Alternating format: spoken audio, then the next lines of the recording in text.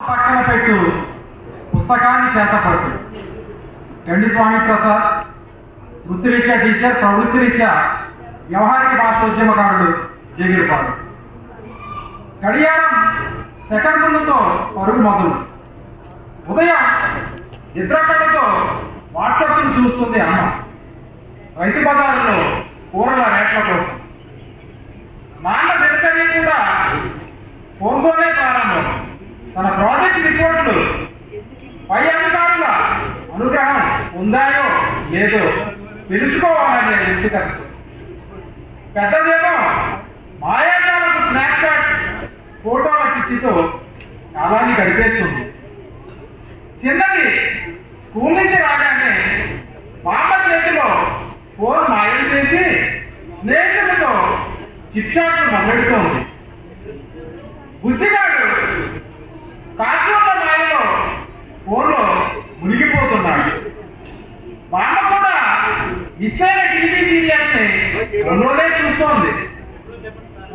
ఒకే ఇంట్లో ఉంటూ వేర్వేరు అభిరుచులతో వేర్వేరు నెట్వర్క్లలో కనెక్ట్ అయిపోయాం.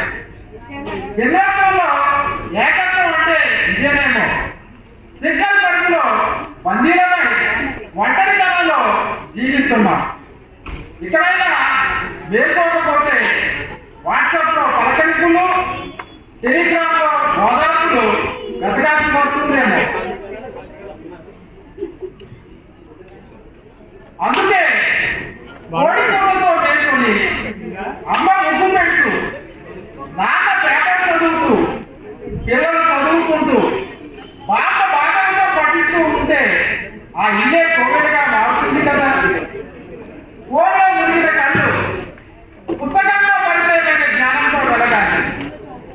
స్క్రీన్లో కనిపించే మాయలు కాదు, ఒకరి కష్టంలో ఒకరు అండగా నిలబడమే నిజమైన సంపద. అమ్మ చేతి వంటలో కమ్మదనం,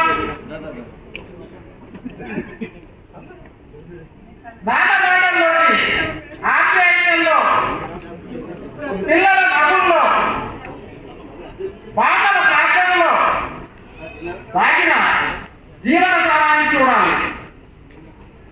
అవసరం మేర ఫోన్ పక్కన పెట్టి ఒకరి కోసం ఒకరు బతకాలి.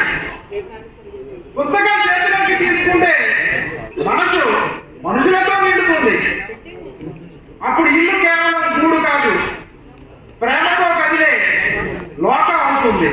అందరికీ ధన్యవాదాలు.